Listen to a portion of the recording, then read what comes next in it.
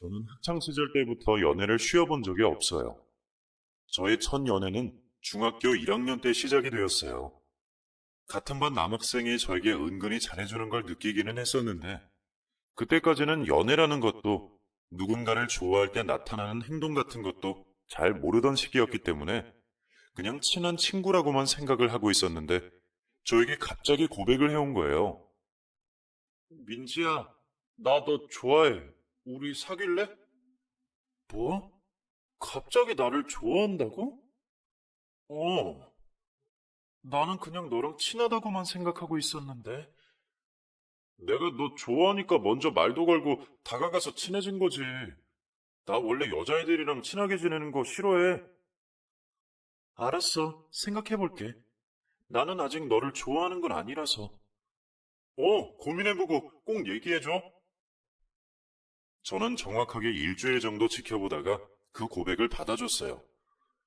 그 전까지는 몰랐는데 그 남자애가 저한테 하는 행동들이 다 저를 좋아하는 마음에서 나오게 된 거라는 게 느껴졌거든요. 그리고 그런 사실에 마음이 설레기 시작하면서 저도 그 아이를 좋아하게 되었어요. 우리 사귀자. 나도 너 좋아. 정말? 우리 그럼 오늘부터 1일이다? 그 친구의 고백을 받아들인 이후로 중학교를 졸업하고 고등학교에 들어가기 전까지 3년을 사귀었어요. 그러다가 고등학교를 각자 다른 곳으로 진학을 하게 되면서 자연스럽게 헤어지게 되었죠. 솔직히 어릴 때라서 3년 동안 사귄 거라고 해도 친한 베프처럼 매일 붙어 다니고 같이 밥 먹고 놀러 가고 이런 수준이었기 때문에 큰 아쉬움을 느끼지는 못했던 것 같아요. 그냥 서로 연락이 뜸해지면서 자연스럽게 그만 만나자는 말이 나오게 되었고 그렇게 헤어지게 된 거였죠. 근데 제가 고등학교 1학년 초까지는 그 친구를 만나고 있는 상황이었는데도 불구하고 저에게 호감을 보이고 있던 같은 학교 다른 반 남학생이 제가 헤어지자마자 바로 고백을 해서 또 만나게 되었는데요. 나름 잘생기고 그 학교에서도 유명한 친구였기 때문에 바로 승낙을 했습니다.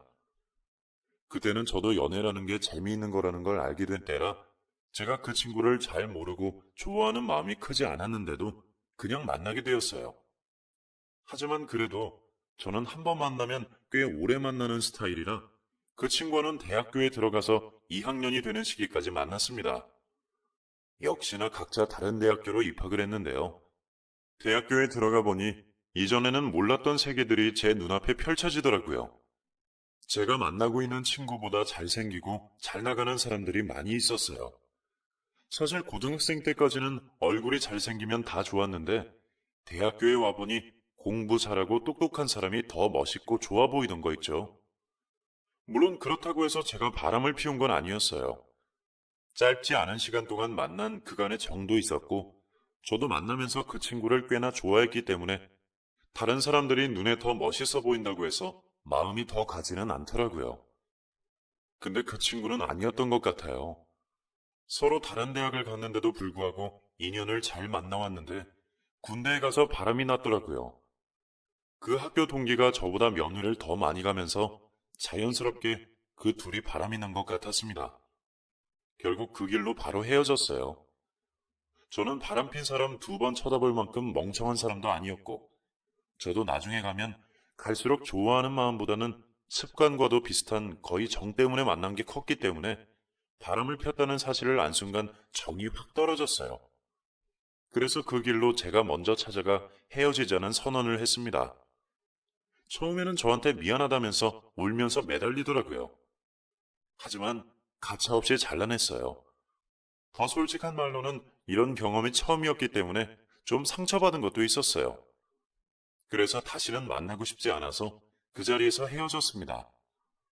그 뒤로도 저는 연애를 몇 번 더 거듭하면서 한 번도 짧게 만나본 적은 없었어요. 물론 썸이라는 것을 통해서 스쳐 지나간 인연들이 있기는 했지만 그 기간은 아주 짧았고 저의 연애는 거의 삶의 절반 이상을 차지할 만큼 긴 시간으로 이어졌습니다. 그러다 2년을 만난 사람과 결혼을 결심하게 된 사람을 만나게 되었어요. 처음에 그 사람을 만난 건 소개팅 자리였습니다. 직장 동료가 거래처 사람이라면서 너무 좋은 사람이니까 한번 만나보라고 하더라고요. 저도 마침 그 첫 연애가 딱 끝났을 무렵이라 바로 승낙하고 그 자리에 나갔어요. 근데 자리에 나가자마자 솔직히 외모에 조금 실망을 했었어요. 저보다 나이 차이가 4살밖에 안 되는데 더 노안처럼 보이더라고요. 여태까지 숱하게 연애를 하면서 늘 외모도 어느 정도 되고 스마트하고 사회적으로도 잘 나가는 사람들을 많이 만났었기 때문에 실망스러운 건 어쩔 수 없더라고요. 하지만 저는 연애에 있어 개방적인 사람이었고 적어도 몇 번은 더 만나보고 판단하자는 생각이 들어서 소개팅 날 이후로 3번 정도 더 만남을 가졌어요. 근데 만나면 만날수록 이 사람 정말 괜찮은 사람이구나 라는 게 느껴지더라고요. 매너도 훌륭했고 외모도 자꾸 보니 이 정도면 나쁘지 않지 라는 생각이 들었어요. 무엇보다 키가 좀 컸는데 옷을 깔끔하게 잘 입는 스타일이라 좀 매력적으로 보이는 것도 있었죠. 결정적으로 유머 코드가 저랑 잘 맞아서 만날 때마다 너무 유쾌하고 즐거웠어요. 그렇다 보니 저도 모르게 호감을 느끼게 되었고 상대방도 제가 나쁘지 않았는지 2주일 정도 썸을 타다가 바로 연애를 시작하게 되었습니다. 민지 씨, 첫날부터 우리 만나는 날 느낌이 나쁘지 않았는데 역시 민지 씨를 보면 볼수록 점점 더 좋아지는 것 같아요. 저랑 연애해 주실래요? 네, 저도 성우 씨 좋아요. 저도 점점 성우 씨가 좋아졌어요. 우리 예쁘게 잘 만나봐요. 본격적인 연애가 시작되고 이 남자는 저에게 더 적극적으로 다가오며 지금까지 제가 만난 사람 중에 가장 저를 아껴주는 듯 했어요.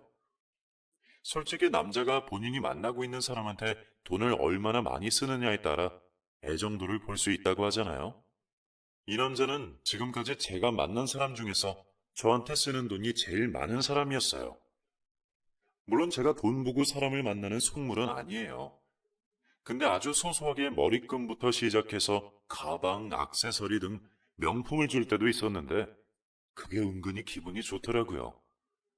근데 또 받을 수만은 없어서 저도 받은 만큼 해줬어요.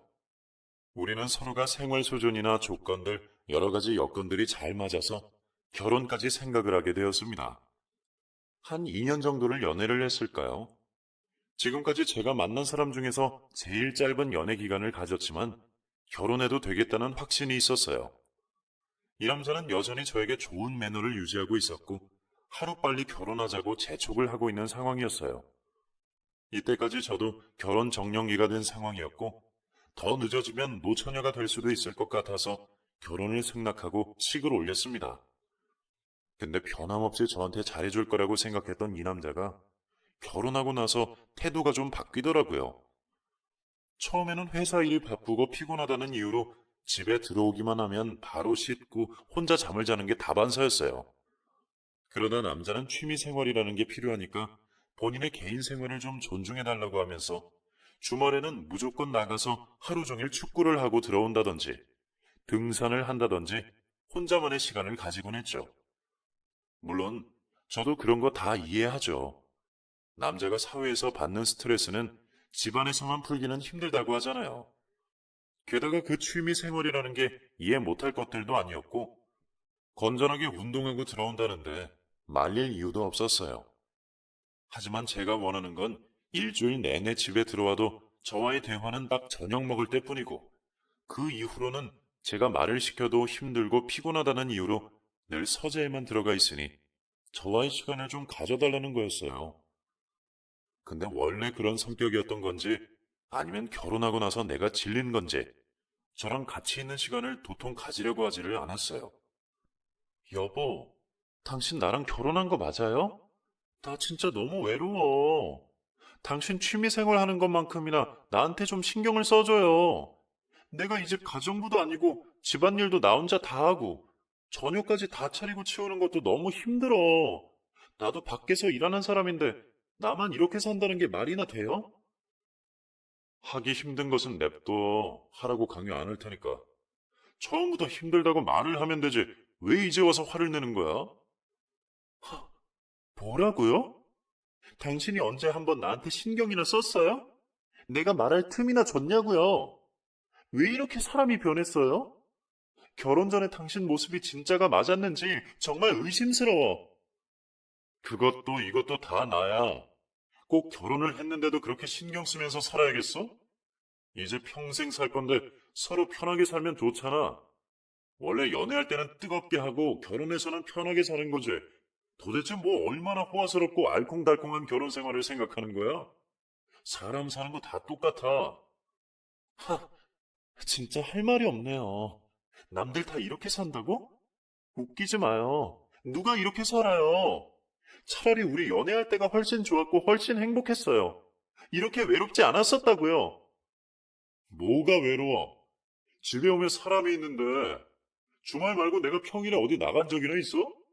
맨날 집에 있는데 도대체 뭐가 외롭다는 거야? 집에 있어도 집에 있는 게 아니라서 그래요.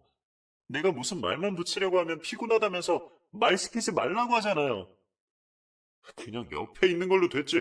무슨 말이 더 필요해? 나 피곤하니까 더 이상 실랑이 하지 말자고. 먼저 잘게.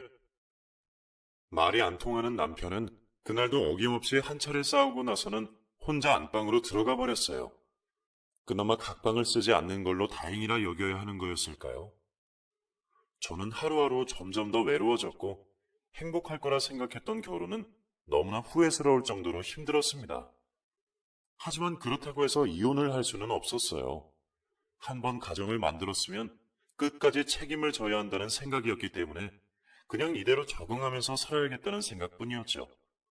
대신에 언제까지고 이렇게 있을 수만은 없어서 아이가 태어나면 남편도 좀 바뀌고 저의 외로움도 달래지지 않을까 싶어서 결혼 후 1년 이후부터는 아이를 가지자고 졸라댔습니다. 여보, 나 이렇게는 못 살겠어. 우리 아이라도 가져요. 우리 이제 아이 가질 때도 되었잖아요. 무슨 벌써 아기야. 우리 결혼한 지 1년밖에 안 됐어. 당신도 아직 밖에서 일하고 있고 나도 직장에서 자리 잡으려면 시간 더 있어야 돼. 나 자리 잡고 당신도 생활 좀 안정되면 그때 가져도 늦지 않아. 나 지금 충분히 할 수 있어요. 육아휴직 안 쓰고 일하면서 애 볼 수 있으니까 우리 빨리 애부터 낳아요. 나 이제 더 늦게 낳으면 노산이라서 몸도 힘들고 우리 아이한테도 안 좋을 거예요. 안 돼. 지금은 아니야. 절대 안 돼. 앞으로 다시는 애 같자는 말 하지도 마. 나와 그 일을 닮은 아이를 빨리 보고 싶지 않은지 남편은 완강하게 반대를 했어요. 도대체 이해가 안 되더라고요. 왜 안 된다는 건지.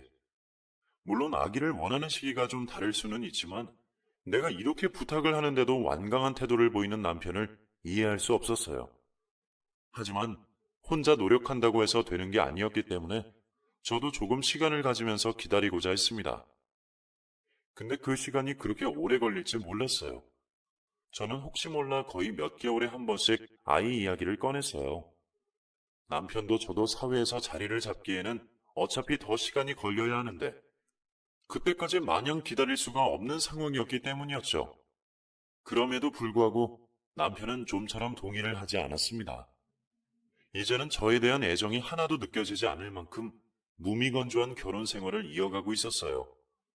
그때부터는 저도 정말 갈라서야 하는 건가 하는 생각이 진지하게 들기 시작하더라고요. 하지만 헤어지지 말라는 뜻이었을까요? 결혼 생활을 3년 하면서 점점 지쳐가던 찰나였는데 갑작스럽게 아이가 생기게 된 거예요.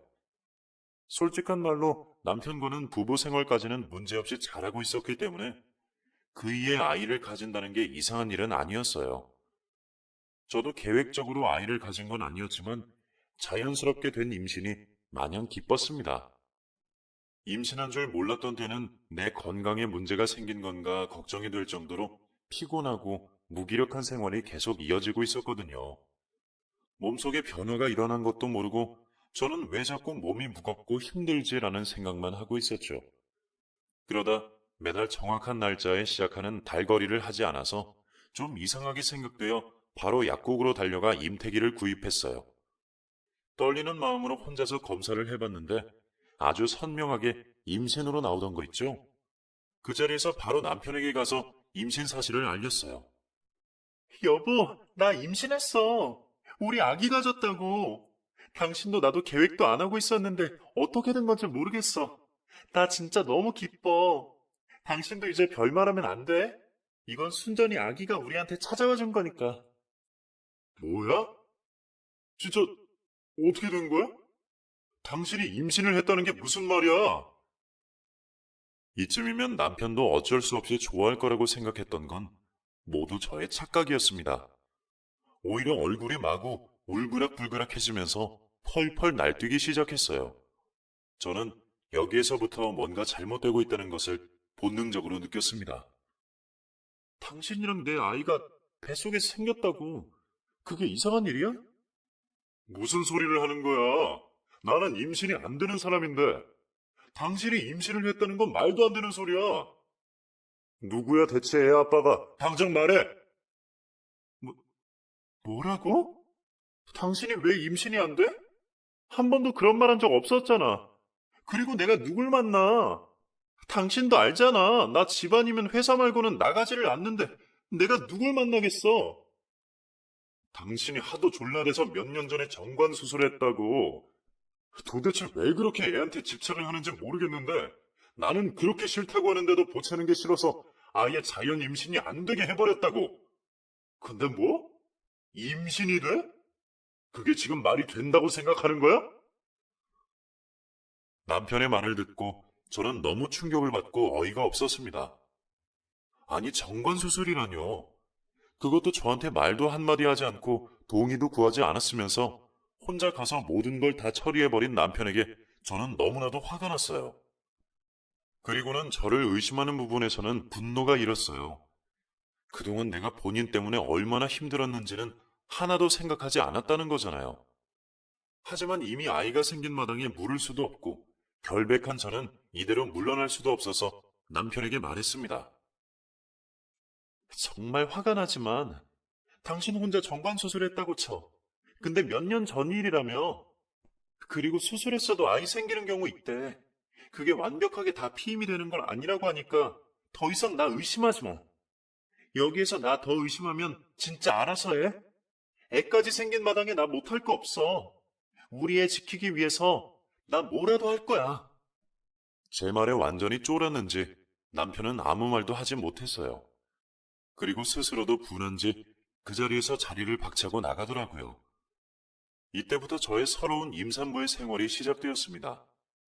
그 전에도 남편은 집안일이라고는 거들떠보지도 않았고 저에 대한 배려가 거의 없었지만 이후부터는 아예 방도 따로 쓰면서 저를 사람 취급도 하지 않기 시작했어요.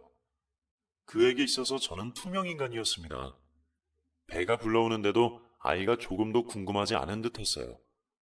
남들은 먹고 싶은 것도 남편에게 다 말하면 사다 주고 집안일도 잘해준다는데 저는 임신한 몸으로 회사도 다니고 집안일도 하고 출산 준비까지 모든 걸 다 혼자 했습니다. 병원에 가는 것도 물론 혼자였어요.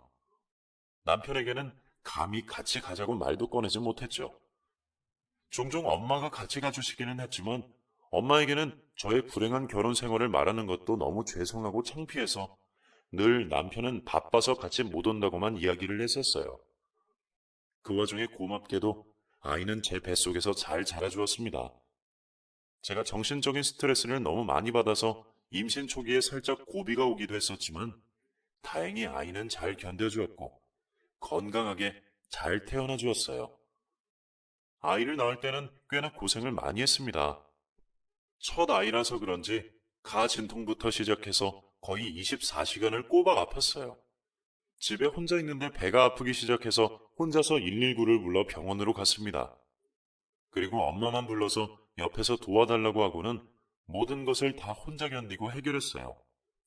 아이는 좀처럼 나오지 않았고 하루를 고생시킨 뒤에야 유도 주사를 맞고 나서 태어났어요. 그래도 예쁜 모습으로 태어나준 게 저는 너무 고마웠습니다. 의사 선생님도 엄마를 힘들게 하기는 했지만 그래도 팔다리 정상적으로 나오고 체중도 딱 적당하니 잘 태어났다고 칭찬을 해주셨어요. 어려움 속에서 출산을 했지만 그토록 원하던 아이가 있다는 것 하나만으로도 저의 모든 힘든 기억들이 씻겨 내려가는 듯 했어요. 그리고 남편의 사랑 없이도 아이랑만 잘 살면 되겠다고 생각하며 기쁨의 순간을 보냈습니다. 하지만 저의 불행은 또 그때부터 시작이었어요. 제가 산후조리를 하고 있는 병원으로 며칠 뒤에야 찾아온 남편은 아이를 볼 생각도 하지 않고 당장 친자 검사부터 하라고 생떼를 부리기 시작했어요. 나는 저 아이가 절대로 내 아이가 아니라고 생각해. 절대 인정할 수 없어. 그러니까 당장 친자 검사해. 머리카락 얼마든지 잘라줄 테니까 바로 하라고. 어서! 병원에 오자마자 난리를 치는 바람에 병원 내 사람들의 이목이 다 저희에게 쏠렸어요. 저는 너무 창피하고 너무 슬펐습니다. 그래도 본인 자식이 태어나면 조금이나마 태도가 바뀌지 않을까 하고 기대했던 제 자신이 너무 초라하게 느껴졌어요. 그래서 저도 보란듯이 코를 납작하게 해주고 싶어서 당장 검사하겠다고 했습니다. 그래, 해. 어디 당신 친자 검사하고 나서도 그런 소리 나오는지 내가 볼 거야. 만약 저희가 당신 애가 맞으면 정말 두고 봐. 나 가만히 있지 않을 거야. 감히 나를 기만한 대가가 어떤 건지 보여줄 거라고. 결국 그 자리에서 저희는 친자 검사를 진행을 했어요. 도대체 사람이 어디까지 이기적일 수 있는 건지 저는 가늠이 되지 않았어요. 출산을 하는 순간에도 같이 있어주지 않은 데다 아이가 태어났다고 하는데도 병원에 한 번도 와보지 않았던 사람이 다짜고짜 와서 하는 말이 친자 검사를 하라는 게 말이 되나요? 시부모님조차도 저에게 미안해서 얼굴을 들 수 없다고 말씀하실 정도였으니 남편의 태도가 어떠한지는 다들 짐작이 되실 거예요. 친자 검사 결과가 나올 때까지 저는 남편에 대한 분노를 가라앉히기가 힘들었습니다. 제가 상상하고 원했던 결혼 모습은 결코 이런 게 아니었어요. 싸우더라도 곧 바로 화해하고 웃으며 밥 먹고 같이 TV 보다 잠들고 그런 아주 소소한 것들을 원했던 건데 그런 작은 것조차도 저에게 허용이 되지 않는다는 게 너무 서럽고 힘들었습니다. 하지만 이제 와서 물을 수도 없는 거라 저는 일단 친자 검사를 기다리고 있었어요. 시간이 지나고 검사 결과가 나왔습니다. 그때는 저희 엄마와 시댁 가족들, 남편까지 다 모여서 검사 결과를 보기로 했어요. 그 사이 저는 조리원에서 퇴원을 해서 집에 있었고 저희 집으로 모두 다 모였을 때 떨리는 마음으로 검사지를 펼쳤습니다. 근데 저는 긴장될 게 하나도 없었어요. 정말 결백했기 때문이었죠. 제가 누구를 만나서 누구 애를 가지겠냔 말이에요. 독수공방을 하는 한이 있어도 지금껏 바람 한번 펴보지 않고 만나는 사람에게 충실하게 살아왔던 저였기 때문에 거리낌 없이 검사지를 봤어요. 그리고 남편 역시 어디 보자라는 식으로 아주 눈에 불을 켜고 지키고 있더라고요. 근데 이게 다 무슨 일인가요? 검사지를 펼치고 결과를 본 순간 남편을 제외한 모든 사람들이 다 졸도할 뻔했습니다. 검사 결과는 친자가 아니라고 나왔기 때문이었어요. 저는 그럴 리가 없다며 정말 눈을 비비고 다시 한번 살펴봤지만 결과는 역시나 불일치였어요. 너무나 정확하게 써져 있는 그 글씨를 보면서 저도 모르게 다리가 풀려 주저앉고 말았습니다. 그의 남편은 기세가 완전히 등등해져서 난리를 치기 시작했어요. 거봐, 내가 뭘 했어? 뭐? 어디 한번 두고 보자고? 내가 내 아니라고 했지? 어디서 감히 바람피고 와놓고선 그렇게 당당한 태도를 보이는 거지? 이제 당장 말해. 내가 가만두지 않을 거니까. 누구야 대체? 애 아빠가 누구냐고? 저는 대답할 수 없었어요. 정말 아무도 없었기 때문이었어요. 결혼 생활 내내 외롭기는 했지만 누군가를 따로 만나면서까지 그 외로움을 달리하겠다는 생각은 조금도 하지 않았었어요. 오히려 그럴수록 더 아이를 간절하게 원했지 결단코 누구를 따로 만난 적은 없었습니다. 스스로도 놀라 아무 말도 못하고 있는 제 앞으로 갑자기 시동생이 나와 모든 가족들 앞에 무릎을 꿇었어요. 이건 또 무슨 상황인가 싶었던 저는 그의 행동을 보면서 경악을 금치 못했습니다.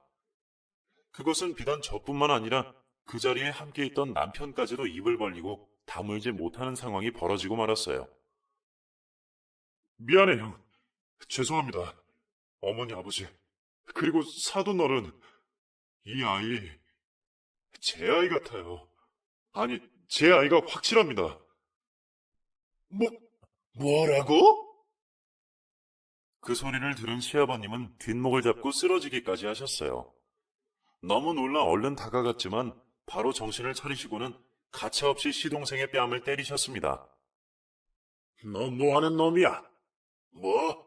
네 조카 새끼 놈이 네 자식이라고? 지금 그게 말이 된다고 생각하냐? 어째서 저 애가 네 애야? 세아가 네가 말해봐라. 니네 무슨 사이야 대체?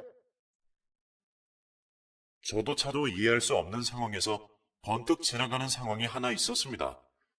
정말 말도 안 되는 상황이라고 생각했지만 그것 말고는 설명할 수 있는 길이 아무것도 없었어요. 이제 와서 밝히지만 놀랍게도 시동생과 저는 제가 결혼하기 전 남편을 만나기 바로 직전에 만나던 연인 사이였습니다. 그와는 5년을 연애를 했고 사회생활을 하면서 처음 만난 사람이었는데 서로가 서로를 너무 사랑해 5년을 심하게 싸우면서도 만났어요. 그는 제가 일하는 회사에서 얼마 안 되는 거리에 있는 직장에 다니는 사람이었고 이상하게 늘 점심을 먹는 동선 안에 그 사람이 있곤 했어요. 우연이라고 하기에는 너무 많이 마주쳤던 우리는 서로에게 신경을 쓰고 있었죠. 그러다가 그 사람은 어느 날 갑자기 저에게 다가와 고백을 했어요. 아주 멀리서 지켜보고 있었어요. 민지라는 이름도 우리가 서로 마주칠 때마다 당신의 동료에게서 처음 듣게 되었죠. 저도 이제는 친근하게 그 이름 불러보고 싶은데 괜찮으시다면 저랑 만나주실래요? 저도 당신 이름 알아요, 민찬씨. 좋아요. 천천히 우리 알아가봐요. 그렇게 만남이 성사된 게 연인으로 발전되어 5년의 시간을 함께 보내게 되었어요. 그는 분명 좋은 사람이었지만 저와는 많은 것들이 달랐어요. 서로 가지고 있는 식습관도 달랐고 성격도 달랐으며 하다못해 정치 이야기가 나오면 둘 다 쌍심지를 켜고 싸울 정도로 우리는 맞는 게 하나도 없었어요. 하지만 이 사람에게는 소소한 따뜻함이 있었어요. 무뚝뚝한 것 같으면서도 늘 세심한 부분에서 저의 모든 것들을 챙겨주었죠. 약간 츤데레라고 할까요? 저는 그런 부분들이 좋았고 그냥 제가 여태까지 만난 사람들 중에서 가장 뜨겁게 사랑하고 좋아했던 사람이라 그런지 싸우면서도 놓을 수가 없었어요. 그건 그도 마찬가지였습니다. 아슬아슬하면서도 서로에 대한 신뢰가 있었던 우리는 정말 길게 만났지만 결국에는 대차게 한번 싸우고 나서는 다시 만나지 못했어요. 그 전까지는 수시로 헤어졌다 만났다를 반복했지만 이번만큼은 누구도 굽힐 수 없다 싶을 만큼 심하게 싸우고 나서는 거의 한 달을 냉전 상태로 보내고 있었어요. 하지만 저는 늘 이렇게 싸우면서 헤어졌더라도 다시 만나왔기 때문에 이 냉전 상태가 크게 힘들지는 않았어요. 하지만 이게 웬걸요? 어떻게 지내고 있나 보고자 그의 메신저 프로필 사진을 보는데 웬 여자와 찍은 사진을 올렸더라고요. 그저 저와 싸우고 나서 냉전 시기를 가지고 있는 거라고만 생각했는데 보란 듯이 딴 여자와의 사진을 올려놓은 그가 너무 밉고 배신감이 들었어요. 그래서 저도 보란 듯이 복수하고자 바로 소개팅이 들어왔을 때 수락을 한 거였고 그게 바로 지금의 남편이었던 거였죠. 이 사람 이후에 현 남편과 결혼을 결심하고 상견례장에서 양가 가족들을 마주하는 자리에서 시동생과 형수로 만나게 된 저희 두 사람은 너무 깜짝 놀랐어요. 하지만 누구도 내색하지 못했고 아는 체도 할 수 없었어요. 저는 이 결혼을 정말 해야 할까 크게 고민이 생기기도 했지만 이미 지난 일이었기에 정말 괜찮았다고 생각한 현 남편을 놓칠 수 없어 결혼식을 강행했습니다. 하지만 시동생은 아니었어요. 결혼 전부터 저에게 계속 와서 저를 다 잊지 못했다고 매달리기 시작했습니다. 그때 그 사진은 제가 너무 미워서 홧김에 같은 회사 후배랑 올린 사진이었다고 하더라고요. 그치만 이미 지난 일을 이야기해서 무슨 소용이 있었겠어요. 저는 이미 그에 대한 감정을 정리한 상황이었고 새로운 사람을 만나면서 결혼만 앞두고 있었기 때문에 그를 받아줄 수 없었습니다. 더더군다나 그는 이제 시동생이 될 사람이었고 그 사람의 형님이 저의 남편이 될 예정이었으니까요. 근데 결혼하고 나서 저도 너무 불행해지고 시동생은 제가 결혼을 할 때까지도 저를 잊지 못해 누구와도 만나지 못하고 있는 상황이었어요. 그 이후로 시동생과는 되도록 마주치려고 하지 않았지만 시동생과 연애했을 그 시절에 같이 알고 지내던 지인을 통해서 그가 아직도 너무나 힘들어한다는 사실을 듣게 되었어요. 그때는 저도 힘들고 지치던 때라서 우리가 어쩌다 이런 상황이 되어버렸을까 싶은 마음에 나도 위로를 받고 그도 위로해주고 싶어서 따로 만남을 가지게 되었었어요. 그게 딱 처음이자 마지막이었어요. 그때가 주말이었는데 남편은 역시나 취미 생활을 즐긴답시고 주말 내내 강원도에 내려가 등산을 하고 있었고 저는 그 사이에 시동생을 만나 정말 오랜만에 술을 마셨습니다. 하지만 그게 화근이 되었을 줄 누가 알았겠어요. 너무 힘들었던 저는 그만 시동생보다도 심하게 취해버려서 그날의 기억을 몽땅 잃었고 그날 그만 시동생과 실수를 저지르고 말았던 거예요. 그날 이후로 제가 아무것도 기억을 하지 못하고 있는 걸 느낀 시동생은 아무 말 없이 혼자만의 비밀로 간직하고 있었고 본인도 양심이 있어서 그날부터는 저도 찾지 않고 형에게 미안한 마음을 가지고 정신을 차리려고 노력을 했다고 하더라고요. 하지만 결코 그날 하루로 제가 임신이 되었을 줄은 상상도 하지 못했다고 했어요. 그래서 당연히 제가 임신을 했다고 했을 때 자신의 형의 핏줄이라고 생각하고 있었고 형이 정관수술을 했다며 길길이 날뛸 때에도 조금도 의심하지 않았다고 했습니다. 근데 이제 와서 친자라니요. 이건 정말 있을 수가 없는 일이잖아요. 졸지에 시동생과 바람나버린 사람이 된 저는 그제서야 무릎을 꿇었습니다. 여보, 정말 미안해. 어머니, 아버지, 그리고 엄마 정말 죄송해요. 저 정말 몰랐어요. 제가 왜 이렇게 멍청한 실수를 했는지 정말 죄송합니다. 죽을 죄를 지었어요. 용서해주세요. 용서? 웃기지 마. 니네 이것도 다 짜고 치는 거지? 어디서 수작이야? 니네 몇 번이나 만났어? 몇 번이나 만났냐고? 그날 하루 그랬다고 임신이 된다는 게 어디 가능한 일이야? 수작 부리지 말고 바른대로 말해. 아니야, 정말 딱 한 번이었어. 지금도 기억이 안 나는데 어떻게 나도 설명을 할 수 있겠냐고. 근데 정말 결백해. 당신이랑 결혼 전에 헤어지고 나서 한 번도 만난 적 없었고 결혼하고 나서도 그때가 딱 한 번뿐이었어. 웃기지 마. 나는 절대 못 믿어. 니네 둘 내가 절대 용서 안 해. 조용히 못해. 넌 뭘 잘했다고 큰 소리를 치는 거야? 네 처몰래 정관 수술한 건 잘한 짓인 줄 아냐? 그게 이혼 사유가 될 수 있다는 건 몰라? 네가 얼마나 세아가를 외롭게 했으면 그랬겠냐고. 한 번만 더 이 자리에서 큰 소리 내봐. 너부터 내가 가만 안 둔다. 놀랍게도 시아버지께서 제가 아닌 남편에게 화를 내시며 조용히 하라고 하셨어요. 그리고 세아가 너는 일단 이 집에서 아기랑 지내면서 있어라. 나도 이 상황을 좀 더 이해하고 정리를 해야겠구나. 민찬이 너도 마찬가지야. 네 형이나 너나 잘한 것 아무것도 없어. 니네 둘 다 세아가 건드릴 생각 조금도 하지 말고 알아서 지낼 곳 구해서 기다리고 있어라. 너네 모두 다 잘못했듯이 이 사태에 대해서 내가 다 결정할 테니 어디 한번 이의제기하기만 해봐. 다 가만 안 둘 거니까. 결국 시아버님께서 모든 결정권을 가져가셨어요. 저희는 어떤 말도 할 수 없었습니다. 서로가 서로에게 죄를 지은 마당에 시아버지에게 대들 수 있는 사람은 아무도 없었어요. 그저 어떤 처사를 내리실지 기다리는 수밖에 없었죠. 그렇게 한 일주일이 지났을까요? 시아버지는 저희 모두를 다 불러 모으셨습니다. 세아가, 이건 사돈에게도 동의를 받고 다 정리된 이야기다. 그러니 우리 결정에 그냥 따라와 줬으면 좋겠구나. 일단 성우랑 세아가는 이혼해라. 너네 둘이 더 이상 살붙어서 살 수 있겠냐? 대신 내 손주놈은 민찬이 애로 집어넣어. 그리고 세아가랑 둘이 혼인신고 올리고 자고로 자식은 친부모 손에 길러줘야 하는 법이다. 요즘은 낳은 부모보다 거두는 부모가 더 좋은 경우도 있다고 하지만 내 핏줄이 당기는 끈은 끊을 수 없는 게 사실이야. 그러니까 세아가는 성우 저 녀석이랑 이제 더 고생하지 말고 갈라서. 그리고 자네 좋아 죽고 못 살겠다는 민찬이 놈이랑 결혼해. 결혼식이 힘들면 혼인신고만 하고서 살던지 그건 알아서들 하고. 대신 둘 다 갈라서는 건 안 된다.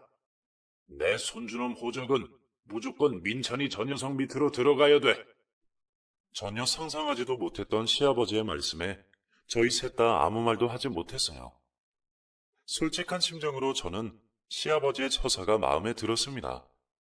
나를 아내로 봐주지 않는 남편이 지긋지긋했고 아이를 혼자 키우는 한이 있어도 이제는 갈라지고 싶다는 생각이 컸기 때문에 이혼을 하라고 먼저 말씀을 해주신 게 저는 오히려 감사할 정도였어요. 다만 시동생과 다시 혼인신고를 올리라는 거에 큰 부담감을 느꼈어요. 솔직한 말로 제 인생에 있어 가장 뜨겁게 사랑한 사람이었기 때문에 그가 싫지 않았습니다. 오히려 연애를 할 때 그의 좋은 면모들을 많이 알고 있어서 오히려 우리 아이에게도 나에게도 좋은 아빠, 좋은 남편이 되어주지 않을까라는 기대감이 있었어요. 하지만 그쪽에서 동의를 할 수 없다고 한다면 저는 호적만 올려놓고 제가 키울 생각이었어요. 좋습니다, 아버지. 저 민지랑 혼인신고 할게요. 아이도 제 자식이니 제가 잘 키우겠습니다. 저와 생각이 같았는지 이제는 시동생이라고 부르기에도 민망한 이 사람은 바로 승낙을 했어요. 근데 아직도 자기 잘못은 인정하지 않고 있는 현 남편이 문제였습니다. 웃기고들 있네. 니네가 그러고도 언제까지 행복하게 사는지 보자. 금방 후회하게 될 거야. 시끄럽다. 내가 얘기했지. 너도 잘못이 크다고. 한 사람 인생을 책임지기로 했으면 끝까지 해야 할 거 아니야. 애미 혼자 힘들게 만들어 놓고 뭘 잘했다고 큰 소리야. 현 남편을 호되게 꾸짖은 시아버지는 말씀을 이어나가셨어요. 대신 민찬이 너랑 애미는 잘 들어라. 내 사전에 다시는 자식 새끼가 이혼하는 걸 못 본다. 그러니 이번에 혼인신고 올리면 죽이 되든 밥이 되든 그때부터는 끝까지 가.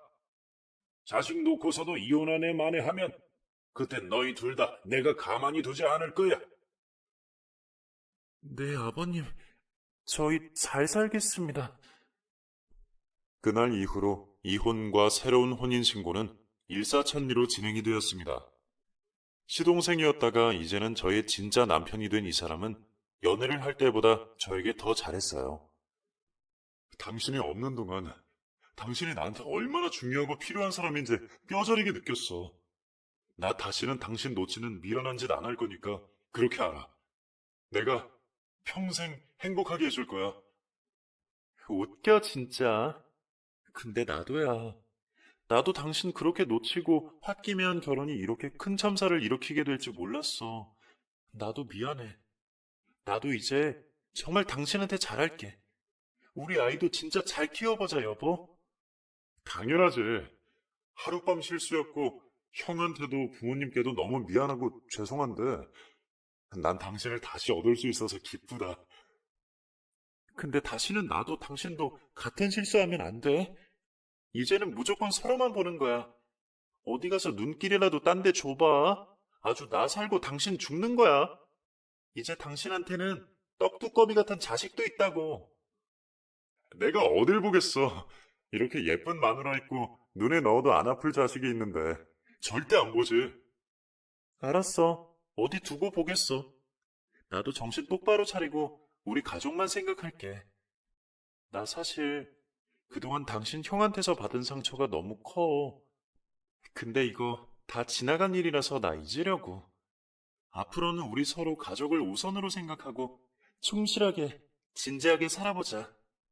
알았어, 민지야. 사랑해. 저희 세 사람은 나날이 갈수록 행복해졌어요.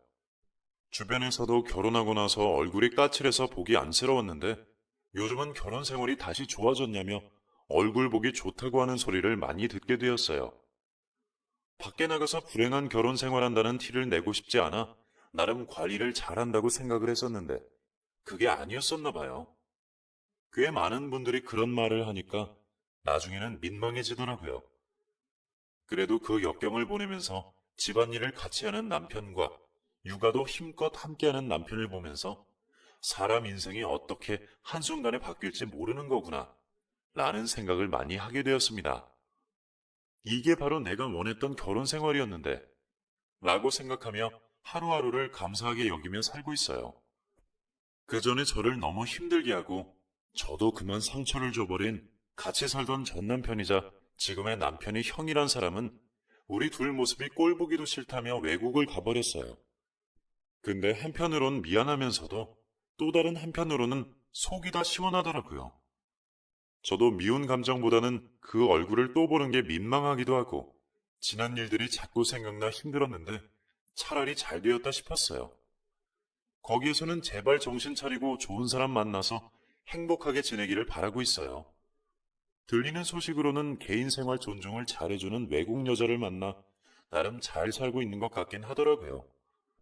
그리고 저의 생활은 마냥 행복하기보다는 역시나 사람들 입방아에 오르락내리락 하기 좋은 가십거리라 저를 잘 알고 있는 사람들 사이에서는 계속해서 화두가 되고 있어요. 솔직히 제가 생각해도 이 콩가루 같은 상황을 누가 이해를 해주겠어요. 제가 한 실수에 대해 어쩔 수 없이 나올 수밖에 없는 반응이라고 생각을 하고 있어요. 또 저도 잘한 거 없다고 생각을 하기에 그저 다시는 이런 실수를 하지 않고 더 제 옆에 있는 사람에게 충실해야겠다는 마음으로 살고 있고요. 여러분도 어떤 상황이 와도 지금 내 옆에 있는 사람을 배신하는 일은 하지 않으시기를 바랄게요. 저도 너무 어려운 역경들이 많이 있었지만 그 과정을 통해서 많은 것을 느꼈네요. 이제는 저의 이 가정에게 평생 충성하려고 합니다. 여러분도 그러시길 바랄게요.